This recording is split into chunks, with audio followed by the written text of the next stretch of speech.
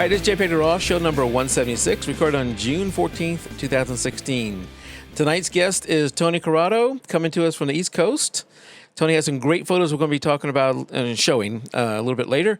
Before we do, I want to mention that Tim is out tonight. It's just going to be Tony and I. Tim is at a family event. He'll be back next week, which next week is our 5-year anniversary of doing the show. So 5 years of doing this. Tim was with me, I think, starting show number 4, so pretty much at the beginning. And while we won't hit it by our anniversary, we'll hit it later in the summer, most likely. And that is 1 million total views, downloads of the show. And so just wanted to say thank you to everybody for 5 years and almost 1 million downloads, listens. And for those who listen, who get the show audio, you know, like I do a lot of my past podcasts, I might, even if I get the video, I'm generally just listening to the audio as I drive into work or if I'm working out.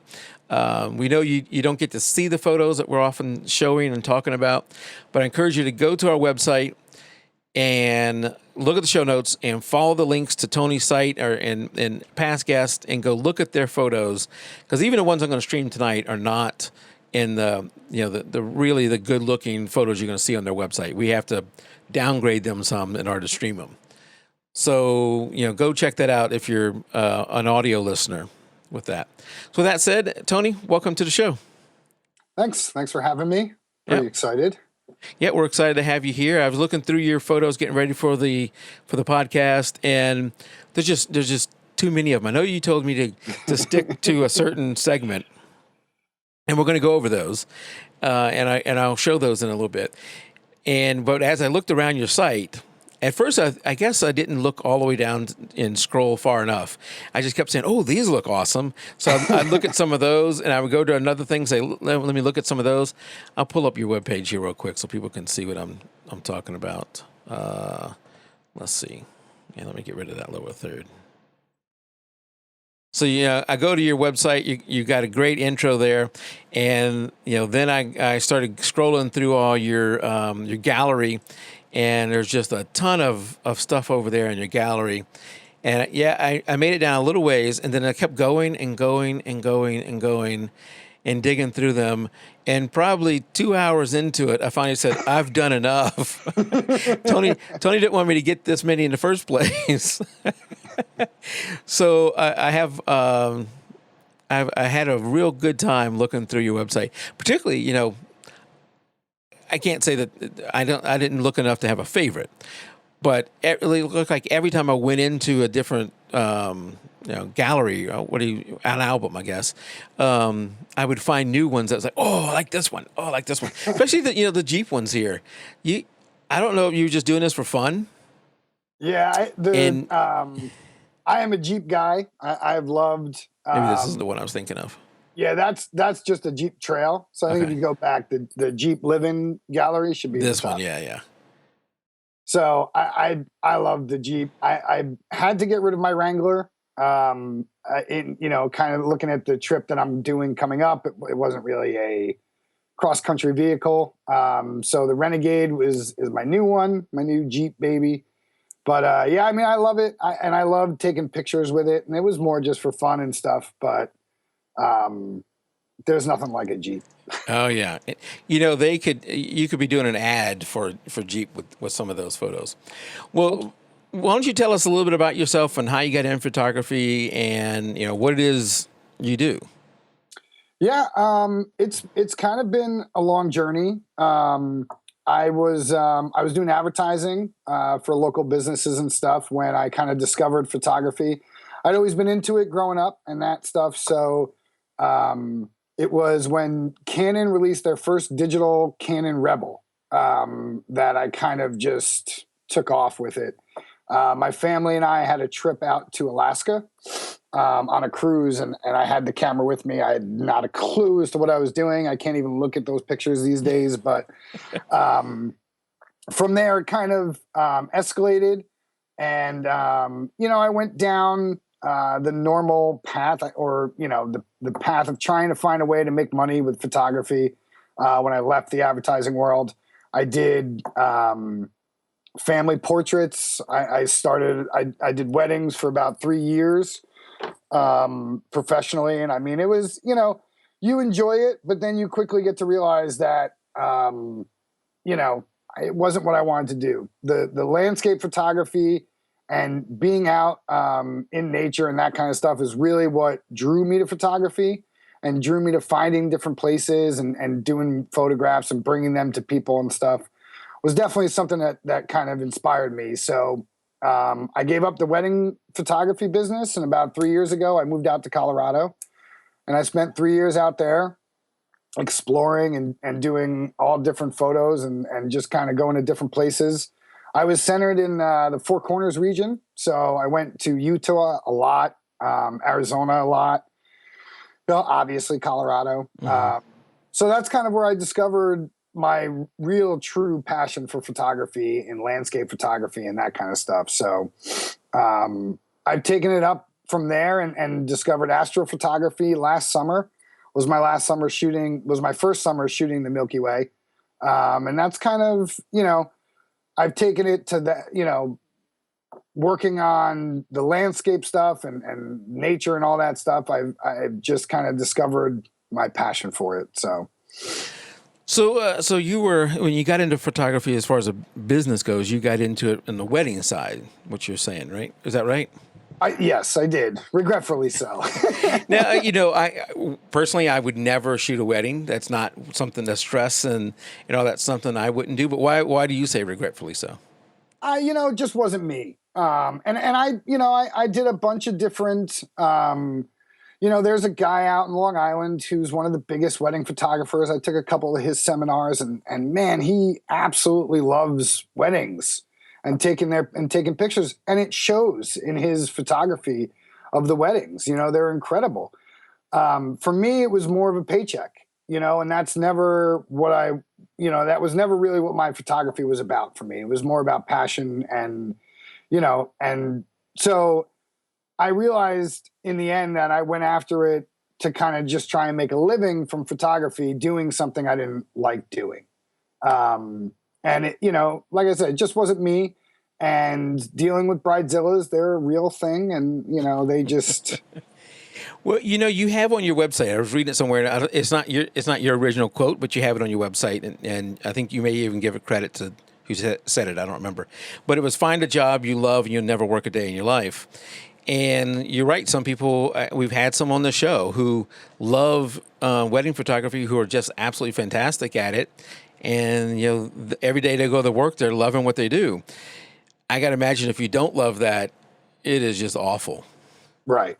Yeah. Right. Exactly. And it is. I mean, it's not easy. Everybody thinks it's kind of easy. They show up to a wedding, it's a party, they take pictures and all that stuff. But there's so much that goes into it. And there's so much you really need to know in order to make money at it. And that's kind of where it gets stressful and to be a real pain and not enjoyable, and I mean, I love doing the pictures, we did engagement shoots, take them down to the ocean and do engagement shoots on the beach and, in the mountains. Like, that stuff was great. And I loved it, and when we did weddings that were in really cool locations, it's very fun. But then it's like, okay, well, you got to do the album, and then you got to, deal with the groom's parents, the bride's parents afterwards. And, it becomes more of a business.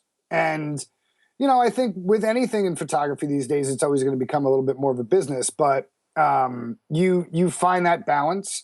And when you're doing the stuff that you truly love to do, all that other business stuff just comes with it. So you're making money at it and you're making a living at it. And that's the fun part. Yeah. And you almost picked the complete opposite of wedding photography. Totally. Landscape. So you went from weddings, which are totally people focused, to the opposite of landscape, where I don't remember if I saw any people in any of your shots. I got so many of them, and now that I'm thinking about it, I don't know if I saw a single person in them. No, you probably won't. And it's been mentioned to me before, and I always started in landscape photography. That's what drew me to photography. So it, like I said, I kind of migrated to the weddings because I was on the East Coast at that point, and you can make significant money doing the weddings out Sure. here. they're a dime a dozen and they're easy to get and people are willing to pay. So it, it becomes something you can really do for a business. But landscape and that kind of drew me into photography. And I always was doing it as I was doing the wedding stuff. And I just kind of jumped full force into it after the weddings. And that has kind of helped me, really try and do that full time and improve it and get better at it and learn more about it and that kind of stuff. Well, not only did you move from wedding photography to landscape photography, but you physically moved from, like you mentioned, from the East Coast over to Colorado. And, so I want to ask you a little bit about this. That seems just radical change. Wedding photography, even though you didn't like it, there is a business model there that can get you money, and for someone who's halfway decent at it, they could make a living off of wedding photography. Right. If you're good at it, you can do really well with it. To landscape, where it's much more difficult to make a living off of landscape. But you did that switch, and you physically moved out to Colorado. Was that a scary transition? It seems scary to me. Yeah, no, and it was definitely, it turned out to be a little harder than I thought it would be. But I got a day job out there and that made it a little bit easier. Colorado is, it's gorgeous. I mean, it's absolutely gorgeous. I'd been out there a couple times in my life and I just always knew I wanted to spend some time out there and live out there. And when I stopped doing the weddings, it was a good time. The timing worked out. And I landed the job out there. So it was easy for the transition. Wasn't too hard. But I'm not a young guy anymore. So kind of moving out there, making friends and that kind of stuff. It was a little difficult at first, but, it's a great place and I enjoyed the heck out of it. So I think it's harder for us to make friends as we become adults. Yeah, definitely. As a kid, it was so easy to just walk up to another kid and make friends. But as adults, it does get harder. So, yeah, moving out to a location like that, switching jobs, that's impressive that you did all that. Well, thanks. I think you got to live, and you got to see. And that's one of the things for me. You talk to so many people on the East Coast, and they've never been out west. They've never been south or stuff like that. And it's amazing to me because you go out there and it's not just a different world. Like it's not just the beauty of it, but the people are amazing. And it's truly a wonderful area. And, you get out and you learn to slow down a little bit and you learn to kind of take in things better. It's so nice. I miss it a little bit. I definitely miss it a little bit, but doing other things kind of brought me back here for a little bit, and we'll go from there and see where it takes me. Well, let me ask you one of the questions. We're going to stream some of your Milky Way shots here. We'll come back to the Milky Way discussion in a little bit, but let me ask you a question that everybody always wants to know about a photographer. What do you shoot? What gear? What lens? Imagine, especially for these Milky Way ones, you're on a tripod. So let's get the gear question out of the way. Canon, Nikon, Sony, Olympus. I'm a Canon guy. Okay. And that's, when I got into weddings and stuff like that, I needed reliable strength and that kind of stuff. So I did a lot of research. It was always between Canon and Nikon for me. And I ended up with Canon. I really like their glass. It's kind of always been my selling factor for them. So I have the, standard wedding photographer 70-200 2.8 from Canon. And that's, I bought that lens and it was like, I'm in heaven, So, but yeah, I mean, I shoot the 6D, which is a full frame, a step down from the 5D. I've had the wonderful 1D. I had a Mark II and a Mark II-N because I shot some sports too for a little bit, youth sports and stuff like that when I was doing the weddings. So, it wasn't the 6D. I thought it was a great purchase for the price, full frame. Right. I think it's 24 megapixel. Wow. I mean, you can't beat it, Yeah. So, and what lens? I have a few. I have the 70-200 2.8. I have their 17-40 f4 Canon. I have Canon's 300 f4. I've got a 28 prime 1.8 from Canon. And What's your favorite landscape lens?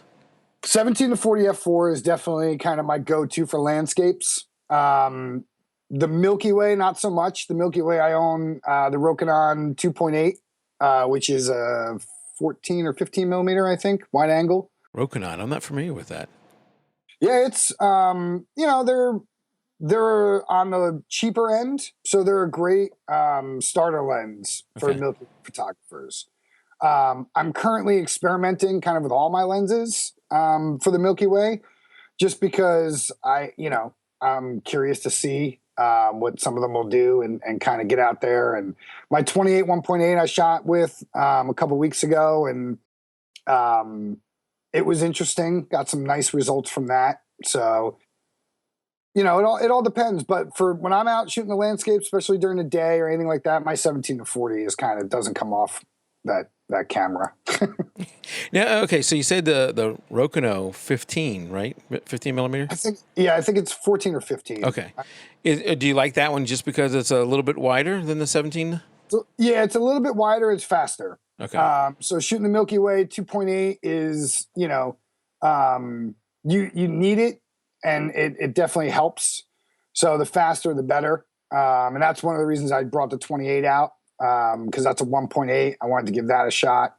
I've done some stuff with the f4, the 17 to 40. So, and I don't mind it, but it comes off. It doesn't. You really have to kind of junk up your ISO for that. Yeah. When you start 4.0. Now, okay, so you said the Rokinon at 2.8. Are you actually shooting at 2.8? Mm-hmm. So, most of the time when you hear 2.8 and people, think about that, you're thinking, all right, shallow depth of field, and I'm shooting landscape. I really want a really big depth of field, so I'm going to be shooting at f8, f10, maybe even more. Explain, why 2.8 works. For the Milky Way, your main goal is to get as much light in as possible. Okay, so one of the important things is finding infinity. And when you're working with these wide angle lenses and you're kind of focusing to infinity, and you're basically focused on the sky, you're getting that depth of field. Mm-hmm. And you're really capturing kind of the whole scene there. And I, as you can see in a lot of them, you're shooting silhouettes or you're light painting and that kind of stuff, which helps with the sharpness and whatnot. But I do some compositing, which helps as well with your foreground and stuff like that. A lot of times to get that clean foreground without the high ISO and noise and stuff, you can, composite in a shot. Like I believe that's a composite there of the old mill there. Mill in the sky, yeah. Mm-hmm. And I was light painting it too, but I brought it down. I shot the Milky Way at ISO 3200, 6400, probably somewhere around there. And the foreground, I was able to shoot at like 800, just to kind of to help with the noise and that kind of stuff. Okay. And excuse me, guys out in chat, either on Facebook or on our website, or not YouTube. I'm not watching chat on YouTube. So if you're there, come over to our website or Facebook. If you have a question, enter it in the chat, and I'll try and work it into the conversation. All right. So I should have wrote down my question. I was just thinking of. So there are rules as far as when you shoot in the sky about how long you can leave the shutter open, because I see in most of these, you don't have much star movement, if any star movement. Sometimes you want that star movement, but if you're not looking for star movement, like this gorgeous photo right here, if you want a sky that doesn't have much star movement in it, are there certain rules you need to follow in a certain amount of time, or I can't go beyond this or I'll start to get it? Yeah, it depends on your focal length of your lens. For one, that's probably your biggest deciding factor. And then obviously, we all know the Earth is rotating, the stars are rotating, all that stuff. You'll start to see, depending on your focal length, and for the 14 millimeter that I use, I can get up to about 25 seconds exposure. If I'm using the 17 to 40, I've got to be a little less, and that's kind of, you're at f4 with that one. I'm at 17 wide open, and f4. Usually when I'm shooting with that, I'm at ISO 6400 or above, because I'm only going to get about 20 seconds before you start to see the stars move and that kind of stuff. Okay. So, and I do have another tool that we can talk about later, but I'll show you guys that too. Okay. Another question about these is, I see in some of them a little streak, which I know is, not the stars moving because you got everything else in there. Is that a satellite, or is that a shooting star, asteroid, whatever those things are? Yeah, most of them. So you'll get, when you're shooting, especially in areas that have high traffic in the sky, you'll get planes, you'll get satellites, and you'll get comets, asteroids, whatever you want to call them. I try and take out planes and satellites. Satellites are a little bit tougher to distinguish between them and comets and shooting stars and stuff, because they don't. They look almost the same. Shooting stars and stuff will have kind of a starting point and an end point, whereas satellite will kind of just be a solid line in the photo. So if I've left it in there, it usually is a comet or a shooting star or something like that.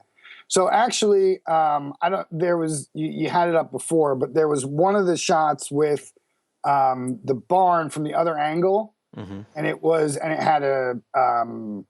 had a comet, and it was definitely a comet or something, or a meteor. And that was actually my first weekend out shooting the Milky Way. And I had rented a lens for the Perseids meteor shower. And a friend of mine went up, and this area is about an hour north of where I was in Colorado. And then that's where the town is. This picture right here that you're showing right there. That's my first Milky Way shot. See if I can pause that. Yeah. And I mean, my buddy and I were sitting there shooting this, and all of a sudden that meteor was massive. Like, it lit up it was green. It was so bright, and it was crazy. But yeah, I mean, that was, we trekked up into the backcountry, because that mill is about an hour and a half up a Jeep trail. So we ended up camping there for the night, and it's a bit scary out there at night. Yeah, I had that as a question for you. Do you travel alone? Do you ever worry about, hey, I'm really out here in the wilderness and I've seen the movie Deliverance? I've done both. I had a couple travel buddies out in Colorado and stuff like that. I've also gone out, you're not going to find a lot of people who want to go out with you at 2-3 in the morning to go shoot the stars. I mean, it's kind of a rare person, but for me, I don't think too much about it. I'm out there, I'm shooting. The more you let your mind wander about what could possibly go wrong, the worse it's going to be, because you're out in the pitch black. So the slightest noise, and you're like, oh God, but you get used to it, and you just, you make it home the next morning, and you're good. Well, speaking of two a night, or the time you mentioned, Jackie Allen had a question for you. Is what would be the best time of night to shoot shots like these ones we're watching now? So it all depends. There are some great apps out there for finding out where the Milky Way is and the best position for it. The summer is going to be the best time, because that's where the Milky Way is in the best place.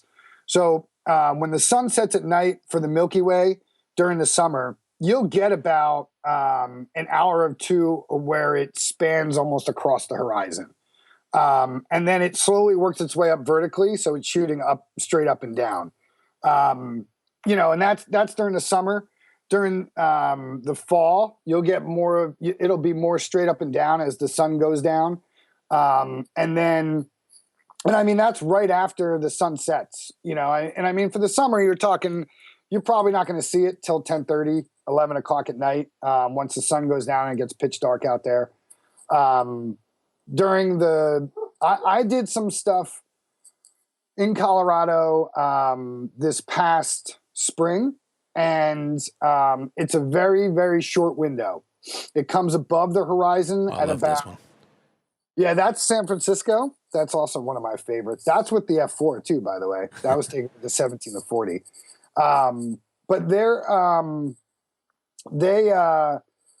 when I was out in the spring, I got up at 2:30 in the morning, drove about an hour, and I stuck to the roads for this one because you literally have no time.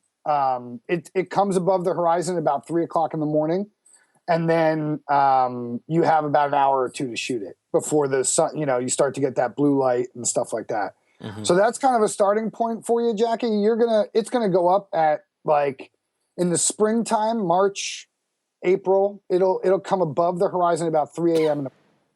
And then from then to on to the summer, it starts to become later and later and later. And I think June-ish, July is when you'll start to see it right after the sunset, or an hour after the sunset, I should say. Right before I came down here, I was telling my wife about what we're doing tonight, who I'm having on the show, what kind of photos you take, that kind of stuff. And I mentioned Milky Way, and she said, how does he take pictures of that? Does he use a telescope? What is he doing? And I said, no, other parts of the country, you can actually see the Milky Way. Because I think, I don't know where Jackie lives or anybody watching the show, where they live, but here where I live in the Atlanta area, there's so much light pollution that we can barely see stars, much less the Milky Way. So, that's a big factor too, right? Where you're at, what sky you're looking at, you have to get somewhere where you don't have that light pollution. Correct. I mean, the dark sky is obviously a major factor here, and really being from the East Coast, growing up on the East Coast, I had probably seen the Milky Way here and there. Going on vacation down the shore, you get a nice night, and you go out there and you're like, oh wow, I always heard we could see the Milky Way from here, and it's pretty crazy. When I moved out to Colorado, I think that's where I truly fell in love with it, because in town, and in the town that I lived in, it was a small town in the southwest corner of Colorado, but from my apartment with no moon, you could look up at the sky and see the Milky Way. Yeah, it's incredible. And it blew my mind. Yeah. I mean, I would always kind of go farther away and kind of look for it in better places. But to that, I've also seen guys shooting it with some light pollution, and that's kind of, it's there. Believe it or not, and if you really know what you're doing, you can pull it out of a light polluted sky. I've pulled it out of a full moon sky. It was not a photo I will ever put out there, but it was more of a test that I was doing, and you can do it because it's there, it's in the sky, and you really have to kind of know what you're doing to do that. But you're not going to get photos in that regard that are going to be ones you're going to want to show people, because the noise is so high and that kind of stuff. So right. You do need those dark skies. Well, we've been showing a lot of your Milky Way shots here, and we'll come back to some more photos here in a second. But while we're on the subject, you got a project coming up. You actually have moved back to the East Coast, right? But you got a project coming on to continue the Milky Way shot, and you call it Galactic 50 Project. Is that right? Yes. So I always enjoyed making a huge challenge for myself, and I truly fell in love with the Milky Way, and I just enjoy shooting it thoroughly. And I was looking to do a cross country trip this summer for a couple months. And I was looking to kind of make it themed to kind of give me something to do. And as I mentioned earlier, I shot the Milky Way for about a summer. Last year was kind of my first real summer shooting it on a regular basis. And for me, if I'm going to go cross country, the best thing I can do to kind of learn and stuff like that is kind of put a challenge to myself and look to capture the Milky Way in every possible way, shape, and form. So I came up with the Galactic 50 to photograph the Milky Way in every state of the U.S. So that's kind of where it came from. And, I'm aware that it's definitely going to be a challenge, and it's going to take a decent amount of time. So this summer, I'll be taking on the northern states of the U.S., and kind of going through Ohio, Wisconsin. Illinois, Kansas, Nebraska. Yeah, I'm looking at we got your Yeah. webpage pulled up now where you're talking about it. Yep. Yeah, I guess Yep. as long as it's not, I need to get it done in 1 year. Yeah. No. Yeah. I would never. I mean, I think as far as Milky Way goes, that would kind of be a near impossibility Yeah. because it truly is not. You're not going to get favorable, viewings of it, unless the summer is really the best time for it. So, Right. I kind of figured I'd split up the North and the South, and do the majority of the northern states during this year, and then the fall I'll probably hit up the Northeast, and try and do some of the stuff up there, and then next year tackle the southern states and the Southeast and stuff, and then kind of go back. And I mean, I really haven't put a time frame on it. I figure at most at least it'll take me 3 years maybe. Because it's not just a project to kind of get a shot in all 50 states. It's a project to be able to put a book together and do portfolio shots from every 50 state, from every state. So Awesome. Now, you think when you get closer to, actually going out, I've got the date, I'm going to be at this location, where you might publicize that if anybody wants to, some photographers want to meet up, or do you like to do this stuff kind of more, a lot of landscape photographers like to be alone when they shoot. What's your thoughts there? As you kind of mentioned before when we were talking about shooting the Milky Way, I think the more the merrier. You're out in the middle of the night, so you're always going to kind of want more company there to feel a little bit better. I've got most of the trip mapped out. Okay. I'm the trip going out to California. I've got pretty much mapped out, and then I've left kind of coming home. The trip this year was centered around Zion National Park. Oh, beautiful park. So we're going to be out there for the first week in August, for the Perseids, because the Perseids will peak. And for anybody who doesn't know, the Perseids is the biggest meteor shower of the year. And that peaks about the 13th through 15th of August. But unfortunately, that is the full moon for August. So the Perseids go off about July, the middle of July through the middle of August, or through the end of August. So you'll see them, especially in a place like Zion. So we're going to be out there for the first week in August. And we're hoping for some nice meteor showers as well as the Milky Way. But yes, I will be. You guys can go to truevisionphotos.com and kind of sign up to follow me. And I've got all my Instagram social feeds there. So I'll be posting where I'm at, and I'll be looking to meet up with whoever I can. So yeah, if we go back to your site, I've got it pulled up here, and we go to your blog. I think the Galactic 50, yeah, it's right there. It's the first post here. Let's see if I click on that. This may be a little slow because I'm also streaming at the same time. That's all right. So it's not his site; it's more what's going on here with my setup. And here's your post. And did you want to talk any about the GoFundMe campaign?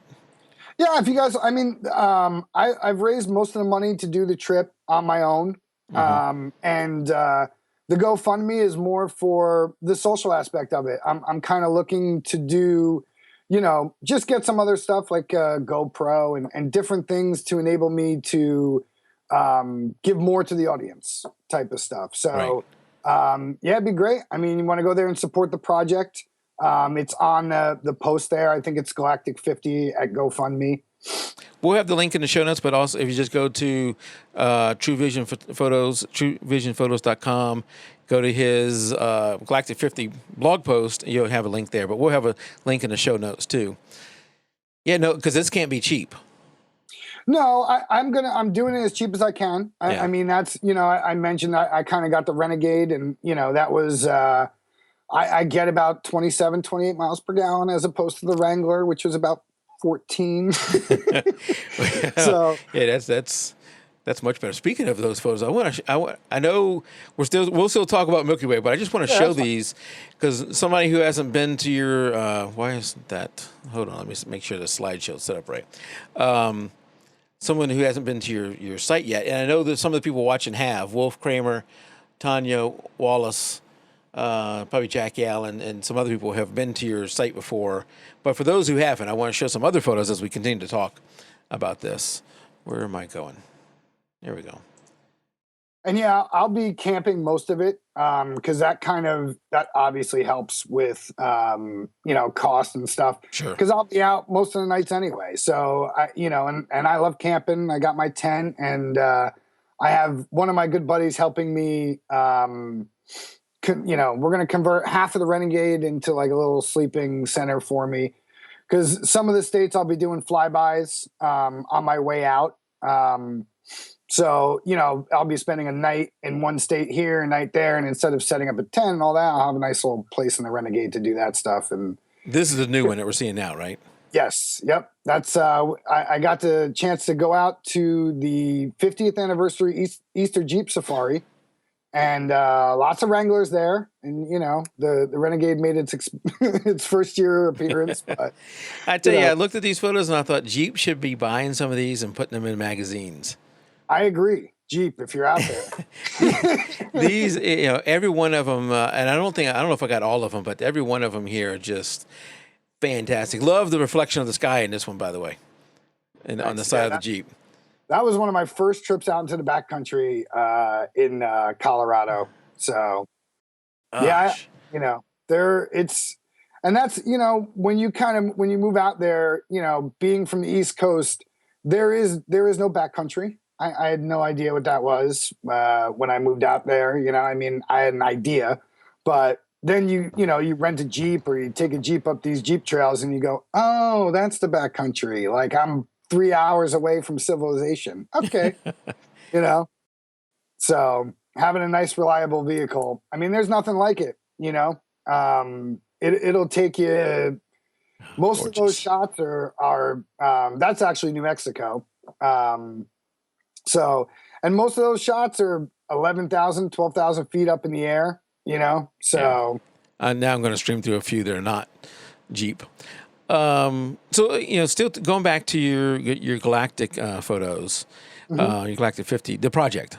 What is your goal for the project? Is this, you have this help you kick off a landscape photographer career, or what are you? Yeah, pretty much. That was kind of, I knew I had a few months this summer, and that was kind of the goal, the idea to kind of drum up some, I can't think of the word right now, but basically try and jumpstart a career in doing landscape photography, travel photography type stuff. The end goal for the project is basically to do a book that I can publish that has the Milky Way in all 50 states, which is something I still have yet to find that has been done. So, yeah, that I would be very interested when you get to Georgia. Maybe if timing works out, we can hook up. Because I like this. If you can get a good Milky Way shot in Georgia, that just means, I guess, I really suck because I've lived here for a while and have not got one even close to that. So I'm really interested when you get into this area of the country. All right. Yeah. And I mean, a lot of people I hear talk kind of negative about light pollution and that kind of stuff. And I mean, look, if you go out on the new moon and you're in a dark enough place, I think you'll be able to see it.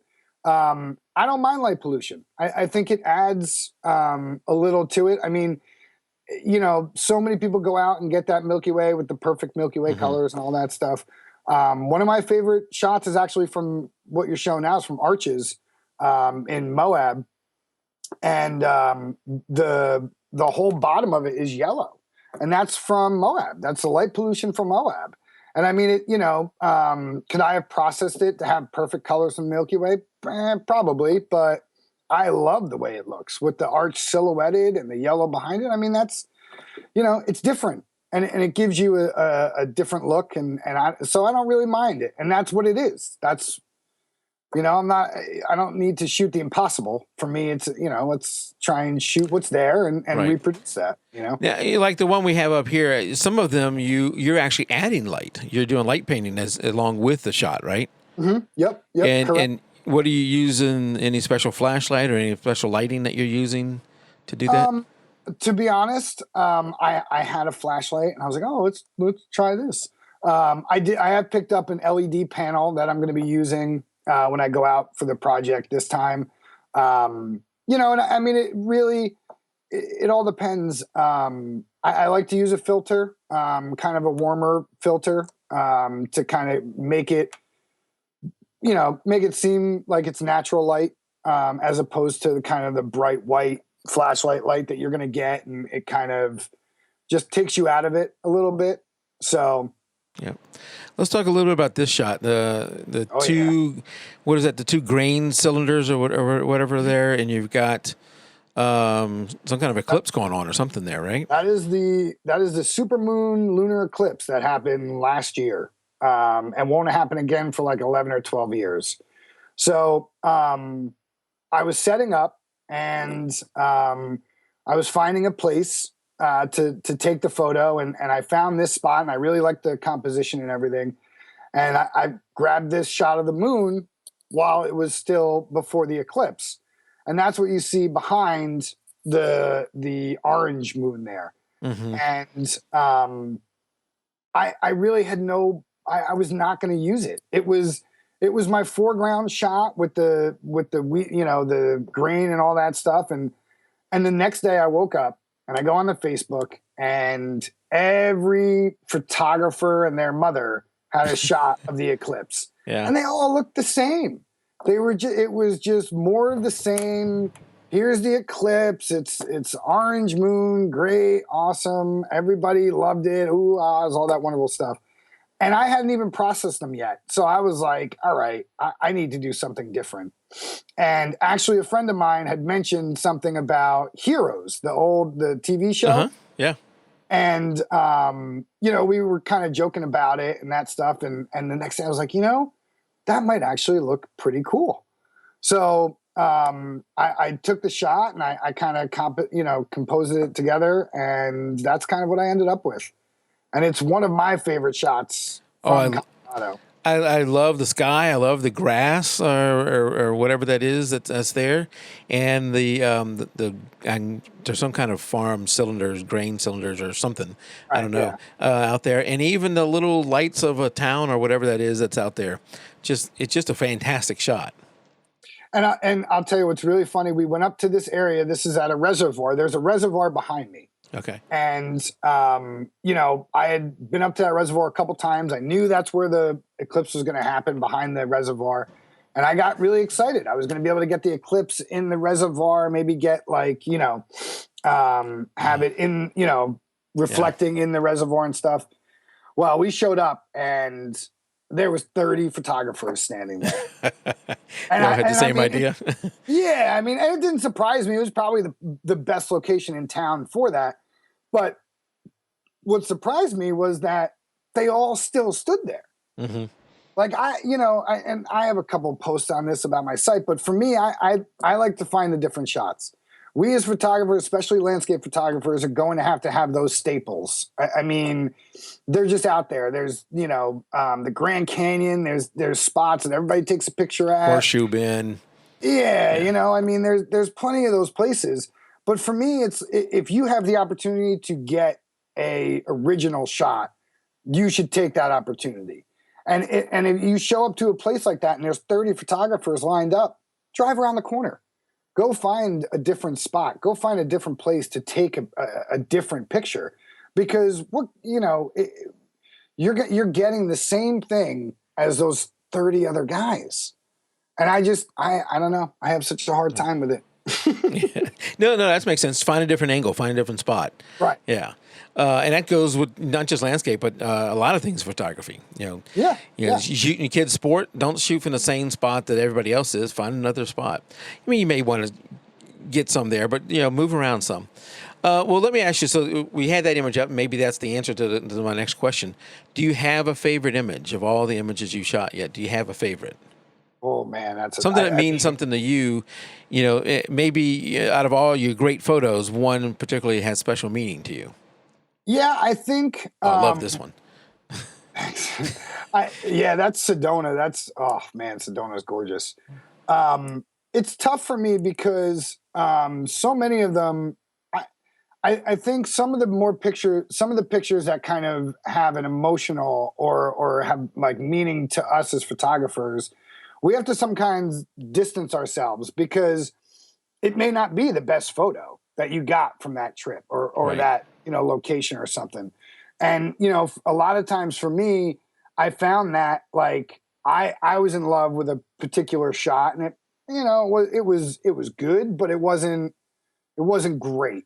As far as kind of my favorite shot, with being the 3 years out in Colorado, I would have to say it comes pretty close to the sunset Oh, with gorgeous. the mountains.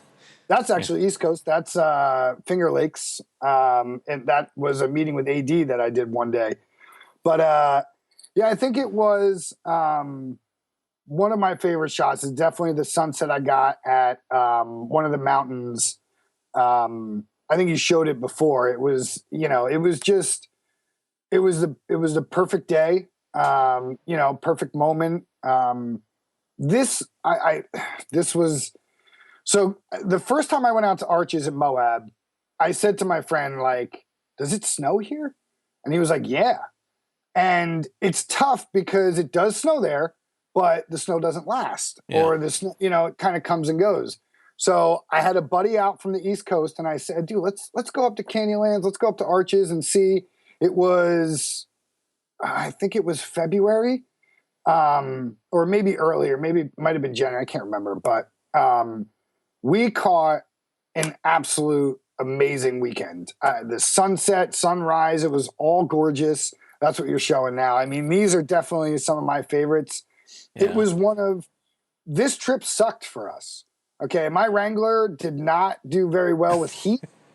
So we were out there and we were freezing. We were as bundled up as we could be, and we were still freezing. But the views were Gorgeous. gorgeous. Yeah. They were gorgeous. You captured it. Thanks. Yeah, I Yeah. mean it was great. But and all these gorgeous photos, okay, the one you probably didn't pick, which is my favorite photo, Uh-oh. I didn't is pick the from favorite. no, no, no, it's not compared to these, it doesn't even come close. It kind of goes to what I was saying before. Yeah. Mesa Arch is one of those spots that every photographer that has been there has taken, because that's the one where the arch comes over, and then in the corner, in the left-hand corner, the sun comes up. Yeah. Okay. So every photographer who's been to Arches or Canyonlands has photographed that shot. Okay. Well, we showed up at the wrong time because you have to show up at sunrise to get that shot. We showed up there at sunset. It was still an hour to sunset, and there was barely any light left on the arch because of the mountains where the sun was setting. And it was a winter scene, and there was not one person there. So for me, because I know that's a shot most people will never get of that arch, because normally when you show up there, it's packed. And I've shown up there at sunrise, and there's 50 guys standing all fighting for that one shot that they're Hmm. all going to have. So for me, it's not the greatest shot I got that night, especially with the sunset that we had that night. But Is it it this shot? no, that was sunrise the next morning. So if you Okay, I'll go keep looking. into, yeah, it's it's there. I'm pretty sure I have it on the website. But yeah, it was just, for me, it was a good shot. And I think I posted it, but it wasn't one that like I was like, oh, you got to see this. The sunset stuff really was. Um, Is it in this area? it should be, if I posted it. I gotta believe that's all from sunrise. Yeah, so a little bit farther down. There you go. Which So right in the middle there. So that's Mesa Arch, this the arch that you see there. this No, one? so go up the next level up. Yeah, the middle one. There you go, that one. So that's Mesa Arch. Okay. Okay. Normally, when you show up and stand at this spot, Yeah. you see 30 guys underneath that arch, all fighting for the same shot. Okay. So for me, this shot was, I mean, it was look, the lighting was okay. But it's not really a sunset spot because the sunset's on the other side. So I kind of got what I got. We were there for like 10 minutes. got a couple pictures and kind of was like, all right, I'm out of here. But, for me, it's just one of those things that I really enjoyed getting. And I know not many people are going to have a shot of Mesa Arch with no photographers there. So that's one of my favorite images. But the rest of that trip was kind of outrageous. Yeah. And I think Facebook just died. Oh. All right, Facebook just died, but we're still going over on YouTube. I think we're going to switch over to us. I have to say something on Facebook. We'll check this out to make sure we're still live over there.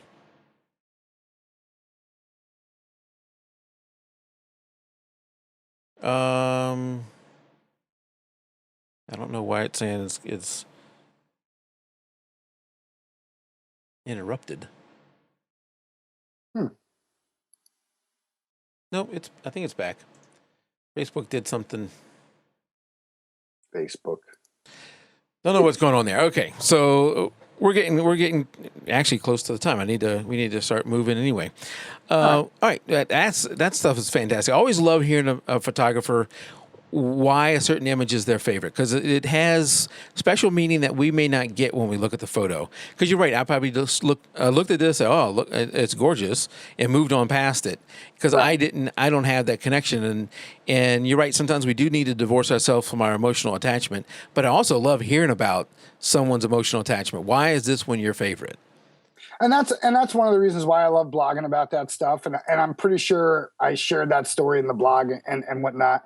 Because I mean it is important, and it is, we have so many different stories and different things that happen. I mean, we're out in nature and we're doing whatever we can to kind of get the shot and that kind of stuff.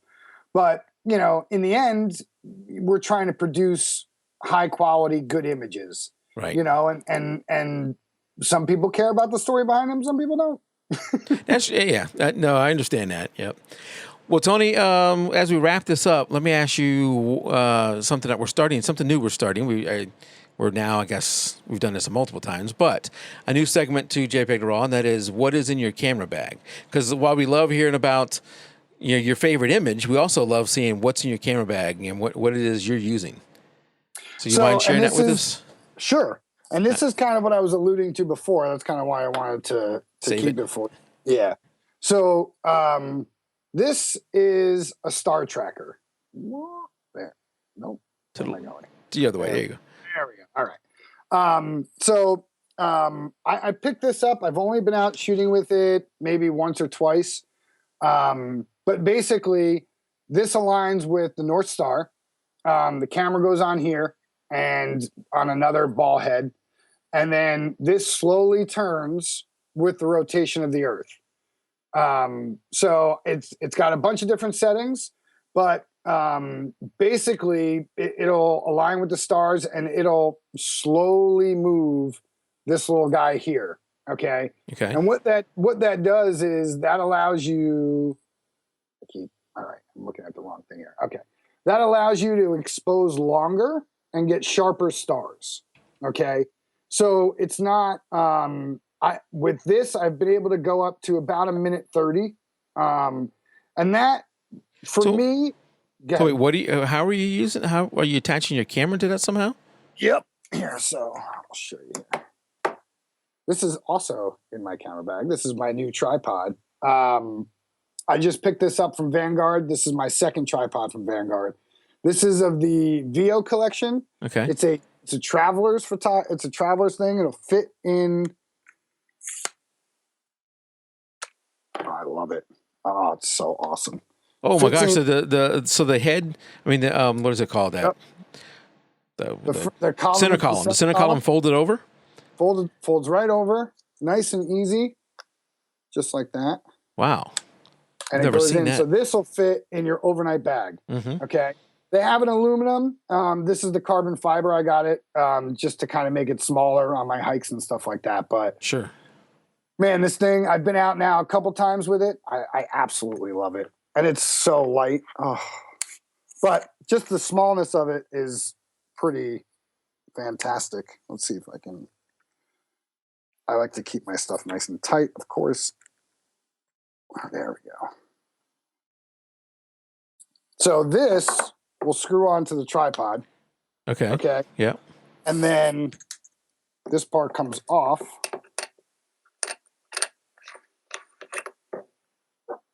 And this will go.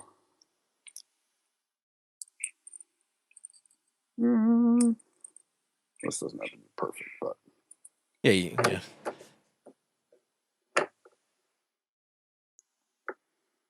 Okay, so then this has like a little peephole here. Yeah. Okay. You look through here and you get the North Star aligned in there. And then from there, you position your camera however you want it. Wow, that is cool. And then this will move with the rotation of the Earth. And like I said, it's got a bunch of different settings. So it has a star setting. It'll follow the stars. It has a moon setting. It has a sun setting. And it has a half setting. And the half setting is to follow the stars, but it does it at like half the speed. So if you didn't want, because when you follow the stars with this and you're at like a minute 30, your foreground's definitely going to be blurred. Right. So you're kind of left compositing photos. I mean, that's the only way. But what it enables you to do is I've shot HDR Milky Ways with this because I've done a 30-second, a minute, and a minute 30 and ran them through Photomatic's 32-bit.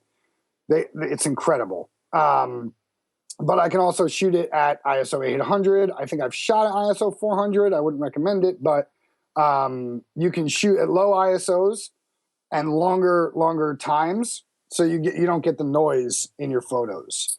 So this is kind of my new toy. Like I said, I've only been out shooting with it about twice. I'm still learning, still adjusting with it, and I'm really curious to see what it's going to be able to do for my show, for my project. So we'll see. What was that thing called again? This is the Polaris from Vixen. Polaris. Polaris, something like that. Yeah, Polaris. Okay. From Vixen Optics, I think is the name. But this will run you about $400. It's not very expensive when you start looking into tools for the Milky Way and stuff like that. And for me, the one thing that I really, really enjoy about it is that I can use my 17-40 f4 with this. I don't need to use a 2.8 or anything like that. Yeah. So you're going to get, because the Rokinon's great. In fact, here, I'll show you that.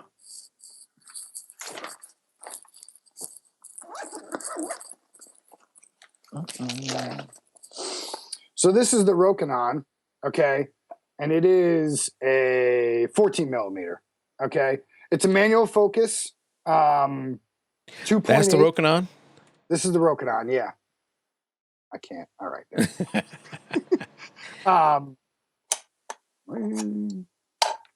Look at that lens. Yeah, it's definitely wide angle. Yeah.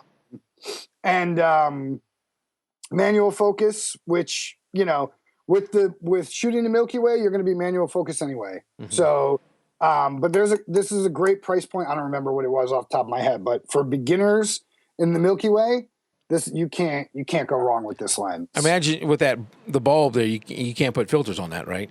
No, you can't. Yeah. And I'll be honest with you, for the Milky Way, I've done some research looking into kind of filters and stuff like that. The only two that I've even found, there's a bright star filter that will dim the brighter stars, and that kind of helps dim out the lesser stars, so you get less stars in your shot to begin with. Okay. And then there's also one for light pollution. There's some guys trying.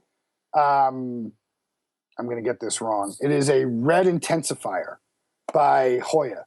Okay. And because basically it's a red intensifier, people use it for fall and that kind of stuff. It helps dim out your different colors, and part of that color range it dims out is what the mercury lights put out from the cities and stuff like that. So the theory behind it is that it'll dim out that orange and stuff like that. But I have not taken it out yet, and we'll see how that goes. Okay. Anything else in there you want to share with us before we head out? Trigger trap. That's Trigger trap. Trigger trap. I don't know if you guys have heard about this. I have heard of that. Yeah.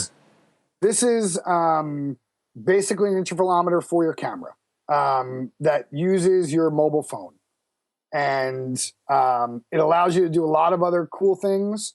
You can do long exposure HDR. So one thing you can't really do with your camera is shoot anything over 30 seconds. Right. For this, you can, like I said, you can do a minute HDR and it'll bracket for it and that kind of stuff. So it's pretty cool. It works with your phone and that kind of stuff. So I like it. As far as Milky Way stuff, that's kind of that was especially that first thing. That was cool. Never seen that before. Thanks for sharing that. What's in your camera bag? That was interesting.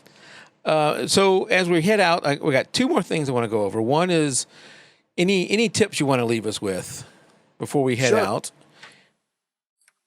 And yeah, let's go ahead with that. All right. So this is an amazing tip I got from 80 Wheeler, and it has helped me significantly with nighttime stuff. So I mentioned the Rokinon is a manual focus lens. Okay. So the one thing you'll see is this piece of tape on there. Okay. Yeah. So I mentioned that we shoot at infinity. Okay. When we're shooting the Milky Way, to be able to focus at night is close to impossible. I 2 weeks ago when I was testing out all my other lenses, I tried it. I failed miserably. It stinks. Even with live view and kind of, that stuff, it's still really hard. So one of the things you do is take your lenses out during the day, and you'll notice all of my lenses now have this tape on there. Okay. Take it out, put it in, this is a manual lens, so you can't really do it, but put it in autofocus with your other ones.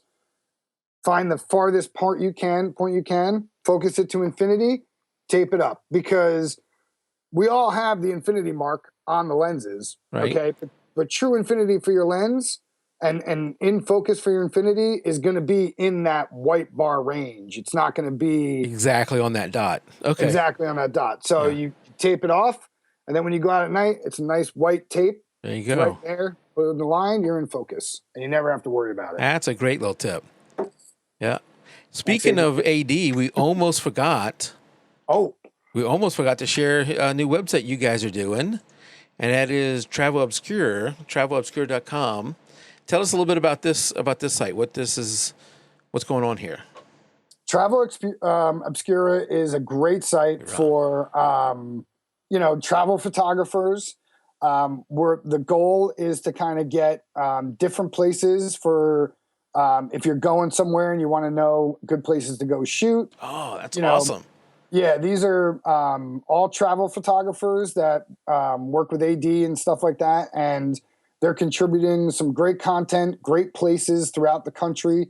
We've got photographers from all over, a lot of photographers who travel. So it is a great collective of authors and that kind of stuff, and they're providing a lot of different things. We're working on some exclusive content that you can sign up for. We're doing gear reviews and that kind of stuff. So it's going pretty well. We just launched a couple of weeks ago, so we're still getting content there and that kind of stuff. But it's coming along, and it's definitely a lot of stuff going on there. So I would check it out. And, he's got all the wonderful social medias there and everything. It's travelobscura.com. Yeah, Obscura. I didn't say it right when I said it. Travel Obscura. And I have the link in the show notes too. This is a great resource, great site, and a really good team you guys have already built there. Yeah, they're coming along. So, and all over the country. So you get some good info from all over the place, from the East to the West Coast. All right, very good. Well, Tony, even though we started a little bit late, we were right about the hour. I messed up at the first part of the show. If you listened all the way to now and you were here at the beginning, we had to redo the intro. I'm going to cut that part out so you don't see it, but I'll tell you now about my screw up. I think the first 2 or 3 minutes of the actual show, and then I guess the entire pre-show, had no audio. But that's because Mike didn't click the right button. We got that set. Thanks to Facebook's fault. Yeah, thanks for the chat room for letting me know about that. Tony, thank you again for coming out. Before we get out, I want to remind everybody that you can get the show, recorded show, the edited show, where I'll take out at least those first mistakes I did. For video, you can get it on iTunes, YouTube, Vimeo. On audio, you can get it on Stitcher, Spreaker, iTunes, iHeartRadio, TuneIn, Podomatic, Podbean, and Google Play Music. And we have our app. I'm going to be adding some more stuff to it because we mentioned AD just a minute ago. AD and I have started a monthly podcast where we're going to do AD mainly, not me. It's going to be critiquing the photos that are entered into a photo contest and giving some positive feedback, giving some feedback on how it can be improved, what he likes about it, where he thinks it can be improved. And even if you didn't enter the contest, it's good to hear a professional like AD talk about how this image could be even better. And he is a great guy to do it. He's not a person who is trying to beat somebody down. He truly is trying to help other people. So it comes from the right places where you want your critiques to come from somebody who cares to try and help you out. But, go to the Google Play Store, go to iTunes, I guess, what is it? What is iTunes thing? The app? The App Store, iTunes App Store. Yeah, and you can get the JPEG to RAW app where you can get the video feed, you can get the audio feed. I'm showing you the video right now. This is, I think, the YouTube channel that you're getting the video for. You can, watch the videos on here. You can listen to the audio there and get our new content that we're doing. It's a great little free app, not charging for it. We're doing that for free. So go out there and get that, and that's a great way to get it if you're not going to subscribe to one of those other things. Would also like to mention that we'd love to have you come out and enter those contests that we talked about. You can do it through our website, but probably the easiest way is to come out to our Facebook group, which is facebook.com/groups/JPEG and enter the contest each month through that. Right now, for a while, we've been doing an open theme. So it's just whatever is your favorite image of the month, enter that thing, and we get a critique from AD. And also, the winner will get their photo published on the Facebook group. So we'd love to have you come out there and do that. If you're going to buy something from Amazon, to help us with our photo contest when we do giveaways, that kind of stuff. We don't do it all the time, but we do at the end of the year. Just remember to use our link, our Amazon affiliate link, which is jpeg2raw.com/Amazon before you go there. And it could be anything you're buying there. It could be, a phone. It could be you're buying your phone on there, or it could be photography related stuff or whatever you're buying. So we'd love to have you use that. It doesn't add any cost to you, but it helps us out a little bit. And as we close, I would like to let me show the 3 finalists in this last month's, the May photo contest. The first one up is Gina Perry with this gorgeous rose I think it's in her own flower garden. It's a rare orange rose that she has in her flower garden. Just gorgeous. Gina was one of the finalists for the May contest. And I'm going to try and say your name, but I know I'm going to mess it up. So I have it like there in text so that people can see it and say, Mike, you said it wrong. Bairdine? That's as good as I'm going to get. I'm sorry.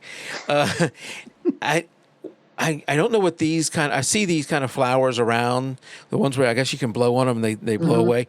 Yep. And the way this was done is just gorgeous. That horizontal with soft focus in the background and everything.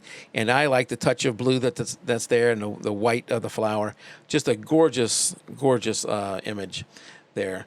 And then the last one from Bev Nelson Robson. And this was the winner. This was the actual winner, is tulips. Nice tulips and with more tulips in the background. Just another great photo. And I think this is her first time winning. Both Gina and the other Bairdini, I'm not going to say that right. I'm sorry. Both of them have won multiple times. This is Bev's first time. So congratulations, Bev. Great shot. And thanks for entering the contest. All right. With that, we're going to go ahead and close out the recorded portion of the show. And we'll see you guys next week. So until next week, keep it raw. Good night, everybody.